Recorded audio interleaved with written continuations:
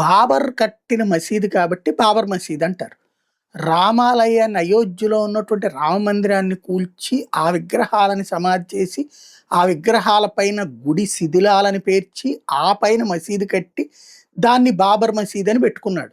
కాబట్టి ఇది ఆత్మగౌరవం, హిందువులని అవమానించడానికి పెట్టాడు కాబట్టి అంటూనే, దాని మీద న్యాయ పోరాటం చేసి చివరికి కరసేవకుల పోరాటం తర్వాత ఆ భవనాన్ని కూల్చి, ఆ పైన అక్కడ ఉన్నటువంటి ఆ విగ్రహాలు వెలికి తీస్తే, దాన్ని పురావస్తు శాఖ ద్వారా చెక్ చేపిస్తే, అవును ఆనాటి బాబర్ కాలం నాటివే అని తేలితే, అప్పుడు ఆ విగ్రహాలని మళ్ళీ పునఃప్రతిష్ఠించడానికి అయోధ్యలో రామాలయ నిర్మాణానికి పురావస్తు శాఖ లెక్కల్ని బేస్ చేసుకుని సుప్రీంకోర్టు తీర్పు ఇచ్చింది. రామాలయ నిర్మాణం జరిగింది.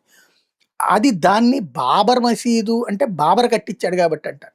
అదే బెంగాల్లో హుమాయూన్ కబీర్ గనక ఒక మసీదు కట్టిస్తే అది హుమాయూన్ కబీర్ మసీద్ అవుతుంది కానీ బాబర్ మసీద్ అవ్వదు కదా. కానీ బెంగాల్లో రాజకీయం చేయడం ప్రారంభించి తృణమూలకు ఉన్నటువంటి మైనారిటీ ఓట్లు చూసుకుని తను లబ్ధి పొందాలనుకుంటున్నటువంటి ఎంఐఎం కబీరు కలిసి ఒక్కటయ్యారు. ఇతనే ఈ మసీదు ఉదంతం బాబర్ మసీద్ అక్కడ కడతానంటాం, దానికి దేశవ్యాప్తంగా డబ్బులు చందాలు వసూలు చేయడం జరిగింది. ఇప్పుడు అతనికి తృణమూల్ కాంగ్రెస్ దెబ్బ కొట్టింది. ఏంటయ్యా అంటే బెంగాల్లో ఒక స్టింగ్ ఆపరేషన్ చేసి వీళ్ళిద్దరు దొంగలని చూపించింది. దాంతో ఇప్పుడు సంబంధాలు తెంచుకున్నది